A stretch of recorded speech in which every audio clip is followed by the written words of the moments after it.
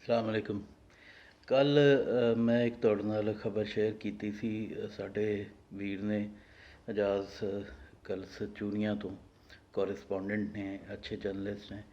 ਉਹਨਾਂ ਇੱਕ ਸਾਂਝੀ ਕੀਤੀ ਸੀ ਖਬਰ ਕਿ 500 'ਚ 500 ਜਿਹੜੇ ਨੇ ਸਟੂਡੈਂਟ ਉਹਨਾਂ ਮੈਟ੍ਰਿਕ ਬੋਰਡ ਦੇ ਵਿੱਚ 1100 'ਚੋਂ 1100 ਨੰਬਰ ਲਏ ਨੇ। ਉਹ ਅਦਾਦੋ ਸ਼ੁਮਾਰ ਮੈਂ ਗਲਤ ਦੱਸ ਬੈਠਾ ਸਾਂ। ਅਸਲ 'ਚ 500 ਨਹੀਂ, 700 ਤੋਂ ਜ਼ਿਆਦਾ ਬੱਚਿਆਂ ਨੇ 1100 ਵਿੱਚੋਂ 1100 ਨੰਬਰ ਲਏ ਨੇ। ਇਹ ਕਿਸੇ ਇੱਕ ਬੱਚੇ ਦੇ ਵੀ ਅਗਰ ਪੂਰੇ 1100 ਚੋਂ 1100 ਨੰਬਰ ਹੋਣ ਤਾਂ ਉਹ ਵੀ ਕੁਐਸਚਨੇਬਲ ਹੈ। ਉਹਦੇ 'ਤੇ ਵੀ ਸਵਾਲੀਆ ਨਿਸ਼ਾਨ ਖੜ੍ਹਾ ਹੁੰਦਾ ਹੈ ਕਿ ਇਹ ਮੁਮਕਿਨ ਹੀ ਨਹੀਂ ਕਿ ਕੋਈ ਇੰਨੇ ਸਾਰੇ ਸਬਜੈਕਟਸ ਦੇ ਵਿੱਚ ਪੂਰੇ ਹਰ ਸਬਜੈਕਟ 'ਚੋਂ 100% ਮਾਰਕਸ ਲੈ ਮੈਥ ਦੇ ਵਿੱਚੋਂ ਅਗਰ ਕੋਈ ਹਿਸਾਬ ਦੇ ਪਰਚੇ ਦੇ ਵਿੱਚੋਂ ਪੂਰੇ ਨੰਬਰ ਲੈ ਤਾਂ ਉਹਦੀ ਸਮਝ ਆਉਂਦੀ ਨੰਬਰ ਕੱਟੇ ਨਹੀਂ ਜਾ ਸਕਦੇ। ਚਲੋ ਫਿਜ਼ਿਕਸ ਕੈਮਿਸਟਰੀ ਵੀ ਤੁਸੀਂ ਕਰ ਲਓ, ਹਾਲਾਂਕਿ ਉਹਨਾਂ 'ਚ ਵੀ ਇਹ ਮੁਮਕਿਨ ਨਹੀਂ ਹੁੰਦਾ, ਲੇਕਿਨ ਬਾਕੀ ਜਿਹੜੇ ਸਬਜੈਕਟਸ ਨੇ ਉਹਨਾਂ ਦੇ ਵਿੱਚੋਂ 100 ਨੰਬਰ ਕਿਵੇਂ ਮੁਮਕਿਨ ਨੇ। ਇਹਦੇ 'ਤੇ ਖੈਰ ਚੇਅਰਮੈਨ ਬੋਰਡ ਜਿਹੜੇ ਨੇ, ਮੈਂ ਇਹ ਖਬਰ ਕਨਫਰਮ ਕੀਤੀ ਤੀ ਨਿਊਜ਼ ਦੇ ਜਿਹੜੇ ਹੈ ਨੇ ਰਿਪੋਰਟਰ ਨੇ ਐਜੂਕੇਸ਼ਨ ਦੇ, ਉਹਨਾਂ ਕੋਲੋਂ, ਅਤੇ ਉਹਨਾਂ ਦੱਸਿਆ 700 ਦਾ ਫਿਗਰ ਉਹਨਾਂ ਦੱਸਿਆ। ਔਰ ਫਿਰ ਮੈਂ ਇਹਨੂੰ ਮਜ਼ੀਦ ਇਹਦੀ ਜਾਂਚ ਪੜਤਾਲ ਕੀਤੀ ਅਤੇ ਇਹ ਵੀ ਪਤਾ ਲੱਗਾ ਕਿ ਜਿਹੜਾ ਚੇਅਰਮੈਨ ਬੋਰਡ ਹੈ ਮੈਟ੍ਰਿਕ ਦਾ, ਉਹਨੇ ਇਹਦੇ ਛਾਣਬੀਣ ਵਾਸਤੇ, ਜਾਂਚ ਪੜਤਾਲ ਵਾਸਤੇ ਆਰਡਰ ਦੇ ਦਿੱਤਾ ਹੈ। ਲੇਕਿਨ ਗੱਲ ਇਹ ਵੇ ਕਿ ਇਹ ਮੈਟ੍ਰਿਕ ਬੋਰਡ ਜਿਹੜਾ ਹੈ ਲਾਹੌਰ ਦਾ, ਇਹਨੂੰ ਤਾਂ ਅਸੀਂ ਅੱਛੀ ਤਰ੍ਹਾਂ ਜਾਣਦੇ ਹਾਂ। ਇਹਦੇ 'ਚ ਪੀਐਨ ਤੋਂ ਲੈ ਕੇ ਚੇਅਰਮੈਨ ਤੱਕ ਆਪ ਕਰਪਟ ਹੁੰਦੇ ਨੇ। ਇਹਦੇ 'ਚ ਸਕੂਲ ਜਿਹੜੇ ਨੇ ਉਹ ਇਹਨਾਂ 'ਤੇ ਇਲਜ਼ਾਮ ਹੈ ਕਿ ਇਹ ਸਕੂਲ ਇਹਨਾਂ ਨੂੰ, ਜਿਹੜੇ ਪ੍ਰਾਈਵੇਟ ਸਕੂਲ ਨੇ, ਨਿੱਜੀ ਸਕੂਲ, ਆਪਣੇ ਦਾਖਲੇ ਵਧਾਉਣ ਵਾਸਤੇ ਪੈਸੇ ਦਿੰਦੇ ਨੇ, ਭਾਰੀ ਰਿਸ਼ਵਤ ਦਿੰਦੇ ਨੇ ਤਾਂ ਜੇ ਉਹਨਾਂ ਦੇ ਬੱਚੇ ਜਿਹੜੇ ਨੇ ਉਹ ਟੌਪ ਕਰ ਸਕਣ, ਔਰ ਉਹਨਾਂ ਦੇ ਉਹ ਬਿਲ ਬੋਰਡ ਲਾ ਕੇ ਲੋਕਾਂ ਨੂੰ ਦੱਸ ਸਕਣ ਕਿ ਜੀ ਵੇਖੋ ਇਹ ਜਿਹੜੇ ਸਾਡੀ ਅਕੈਡਮੀ 'ਚੋਂ, ਸਾਡੇ ਸਕੂਲ 'ਚੋਂ ਬੱਚੇ ਪੜ੍ਹੇ ਨੇ, ਉਹਨਾਂ ਟੌਪ ਕੀਤਾ ਹੈ। ਅਤੇ ਕਰਪਸ਼ਨ ਉੱਥੇ ਥਾਂ ਥਾਂ 'ਤੇ ਵੀ, ਜਾਲੀ ਸਰਟੀਫਿਕੇਟ ਵੀ ਬਣਦੇ ਨੇ, ਪਰਚੇ ਵੀ ਬਦਲੇ ਜਾਂਦੇ ਨੇ, ਮਾਰਕਿੰਗ ਦੇ ਵਿੱਚ ਐਗਜ਼ਾਮੀਨਰ ਜਿਹੜੇ ਨੇ ਉਹ ਵੀ ਪੈਸੇ ਲੈ ਜਾਂਦੇ ਨੇ, ਖਾ ਲੈਂਦੇ ਨੇ। ਕਰਪਸ਼ਨ ਉੱਤੇ ਤੋਂ ਥੱਲੇ ਤੀਕਰ ਹਰ ਮਹਿਕਮੇ ਦੀ ਤਰ੍ਹਾਂ ਇਸ ਮਹਿਕਮੇ 'ਚ ਵੀ ਬੇਤਹਾਸ਼ਾ ਹੈ।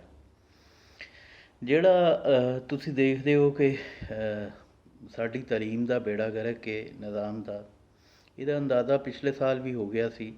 ਪਿਛਲੇ ਸਾਲ ਇਹਨਾਂ ਇੱਕ ਤਜਰਬੇ ਦੇ ਤੌਰ 'ਤੇ ਜਦੋਂ ਇਹ ਸਿੰਗਲ ਨੈਸ਼ਨਲ ਕਰਿਕੂਲਮ ਲਾਗੂ ਕਰ ਰਹੇ ਸਨ, ਇਹਨਾਂ ਜਿਹੜੇ ਬੱਚਿਆਂ ਨੇ ਟੌਪ ਕੀਤਾ ਸੀ, 500 ਬੱਚਿਆਂ ਨੇ, ਉਹਨਾਂ ਨੂੰ ਇਹਨਾਂ ਕੈਂਬਰਿਜ ਦੇ ਇਮਤਿਹਾਨ ਦਵਾਏ ਸਨ, ਜਿਹਦੇ ਵਿੱਚੋਂ 250 ਬੱਚੇ ਫੇਲ ਹੋ ਗਏ ਸਨ।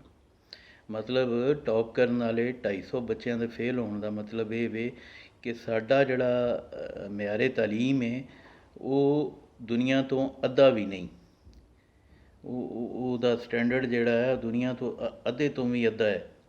ਅਤੇ ਤੁਸੀਂ ਆਪ ਅੰਦਾਜ਼ਾ ਕਰ ਸਕਦੇ ਹੋ, ਹੁਣ ਵੀ ਅਗਰ ਜੇ 700 ਬੱਚਿਆਂ ਨੂੰ ਕੈਂਬਰਿਜ ਦੇ ਇਮਤਿਹਾਨ 'ਚ ਬਿਠਾਉਣਗੇ ਅਤੇ ਮੈਨੂੰ ਲੱਗਦਾ ਹੈ ਕਿ ਇਹਨਾਂ 'ਚੋਂ ਕਈ ਫੇਲ ਹੀ ਹੋ ਜਾਣਗੇ।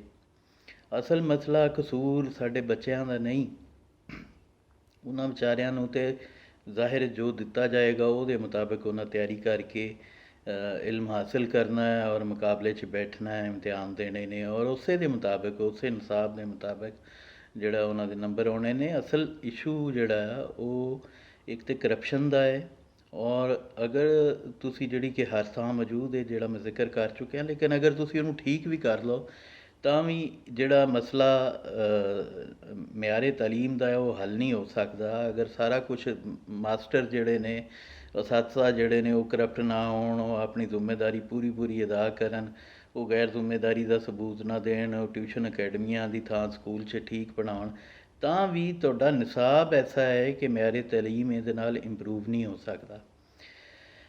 ਦੁਨੀਆ ਦਾ ਸ਼ਾਇਦ ਅਸੀਂ ਵਾਹਿਦ ਮੁਲਕ ਹੋਵਾਂਗੇ ਜਿੱਥੇ ਦੇ ਨਿਸਾਬ ਦੇ ਵਿੱਚ ਇਹ ਕੋਸ਼ਿਸ਼ ਕੀਤੀ ਜਾਂਦੀ ਹੈ ਕਿ ਇਹਦੇ ਜ਼ਰੀਏ ਅਸੀਂ ਬਿਹਤਰ ਮੁਸਲਮਾਨ ਬਣਾ ਲਈਏ, ਇਹਦੇ ਜ਼ਰੀਏ ਅਸੀਂ ਹੁਬਲ ਵਤਨੀ ਜਿਹੜੀ ਹੈ ਉਹ ਪ੍ਰਮੋਟ ਕਰ ਲਈਏ, ਔਰ ਇਹਦੇ ਜ਼ਰੀਏ ਹੀ ਅਸੀਂ ਉਰਦੂ ਦੀ ਪ੍ਰਮੋਸ਼ਨ ਕਰ ਲਈਏ।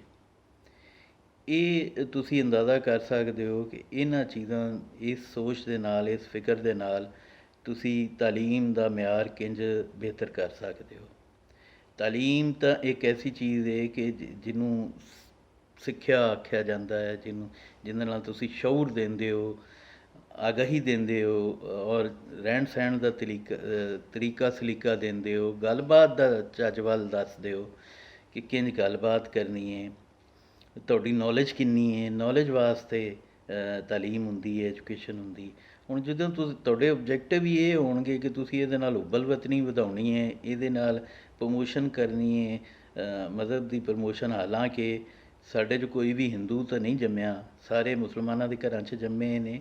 ਅਤੇ ਐਜੂਕੇਸ਼ਨ ਵਾਸਤੇ ਕੋਈ ਜ਼ਰੂਰੀ ਨਹੀਂ ਹੈ ਕਿ ਤੁਸੀਂ ਦੀਨੀ ਤਾਲੀਮ ਜਿਹੜੀ ਹੈ ਉਹ ਤੁਸੀਂ ਸਕੂਲਾਂ 'ਚ ਦਿੰਦੇ ਫਿਰੋ, ਉਹ ਤੁਸੀਂ ਘਰਾਂ 'ਚ ਦੇ ਸਕਦੇ ਹੋ। ਦੂਜੀ ਜਿਹੜੀ ਚੀਜ਼ ਹੈ ਹੁੱਬਲ ਵਤਨੀ, ਉਹ ਵੀ ਅਗਰ ਤੁਸੀਂ ਦੱਸਣੀ ਹੈ ਤਾਂ ਉਹ ਤੁਸੀਂ ਘਰਾਂ 'ਚ ਦੱਸ ਸਕਦੇ ਹੋ। ਤੀਜੀ ਚੀਜ਼ ਵੈਸੇ ਹੀ ਗੈਰ ਜ਼ਰੂਰੀ, ਉਹ ਗੈਰ ਜ਼ਰੂਰੀ ਬੋਝ ਹੈ ਬੱਚਿਆਂ ਦੇ ਉੱਤੇ। ਇੱਕ ਤੀਜੀ ਜ਼ਬਾਨ ਜਿਹਦੇ ਵਿੱਚ ਨਾ ਰੋਜ਼ਗਾਰ ਹੈ, ਨਾ ਉਹ ਇੰਟਰਨੈਸ਼ਨਲ ਲੈਂਗੁਏਜ ਹੈ, ਨਾ ਉਹਦੇ ਵਿੱਚ ਅਲੂਮ ਨੇ। ਮੈਂ ਉਰਦੂ ਦੀ ਗੱਲ ਕਰ ਰਿਹਾ। ਉਹ ਤੁਸੀਂ ਜ਼ਬਰਦਸਤੀ ਮੁਸੱਲਤ ਕੀਤੀ ਔਰ ਹਰ ਮਜ਼ਮੂਨ ਤੁਸੀਂ ਉਹਦੇ ਵਿੱਚ ਪੜ੍ਹਾ ਕੇ ਜਿਹੜੇ ਬੁਨਿਆਦੀ ਤਸਵਰਾਤ ਹੁੰਦੇ ਨੇ ਐਜੂਕੇਸ਼ਨ ਦੇ, ਉਹ ਖਰਾਬ ਕਰ ਰਹੇ ਹੋ।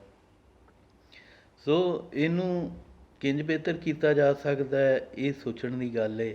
ਮੈਂ ਮਾਜ਼ਰਤ ਚਾਹੁੰਦਾ, ਮੈਂ ਕੱਲ੍ਹ ਜਿਹੜੇ ਸਟੈਟਿਸਟਿਕਸ ਗਲਤ ਦੱਸੇ ਸਨ, ਮੈਨੂੰ ਤਾਂ ਉਹਨਾਂ 'ਤੇ ਬੜੀ ਹੈਰਤ ਸੀ, ਲੇਕਿਨ ਹੁਣ ਇਹ ਪਤਾ ਲੱਗਾ ਹੈ ਕਿ ਨਹੀਂ ਜੀ, ਉਹ ਵੀ ਤੁਸੀਂ ਗਲਤ ਹੀ ਦੱਸੇ ਸਨ। 200 ਮਜ਼ੀਦ ਬੱਚਿਆਂ ਨੇ 1100 'ਚੋਂ 1100 ਨੰਬਰ ਲਏ ਨੇ। ਇਹ ਬੰਦਾ ਸਿਰ ਫਾੜ ਕੇ ਬਹਿ ਜਾਂਦਾ ਹੈ ਕਿ ਅਸੀਂ ਕਿੱਧਰ ਜਾ ਰਹੇ ਹਾਂ। ਔਰ ਸਾਡਾ ਨਿਜ਼ਾਮੇ ਤਾਲੀਮ, ਮਿਆਰੇ ਤਾਲੀਮ ਕੀ ਹੈ, ਕਿੰਨੀ ਕਰਪਸ਼ਨ ਹੈ, ਨਿਸਾਬ ਕਿੰਨਾ ਕਮਜ਼ੋਰ ਹੈ, ਕਰਿਕੂਲਮ ਜਿਹੜਾ ਕਿ ਬਿਹਤਰ ਹੋਣਾ ਚਾਹੀਦਾ ਹੈ, ਨਿਸਾਬ ਉਹਦੇ ਵਿੱਚ ਕੀ ਕੀ ਜ਼ਰੂਰਤਾਂ ਨੇ, ਕੀ ਚੀਜ਼ਾਂ ਬਿਹਤਰ ਕਰਨ ਵਾਲੀਆਂ ਨੇ, ਕੀ ਚੀਜ਼ਾਂ ਜ਼ਰੂਰੀ ਨੇ, ਕੀ ਚੀਜ਼ਾਂ ਗੈਰ ਜ਼ਰੂਰੀ ਨੇ।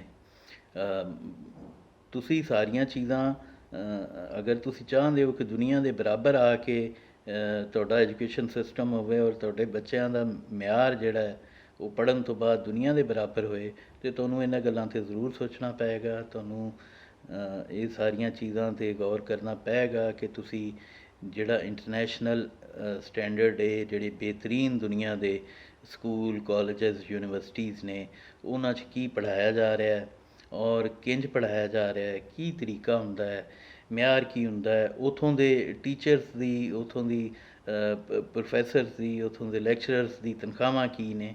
ਇਹ ਸਾਰੇ ਪਹਿਲੂ ਤੁਹਾਨੂੰ ਜ਼ਿਹਨ 'ਚ ਰੱਖਣੇ ਹੋਣਗੇ।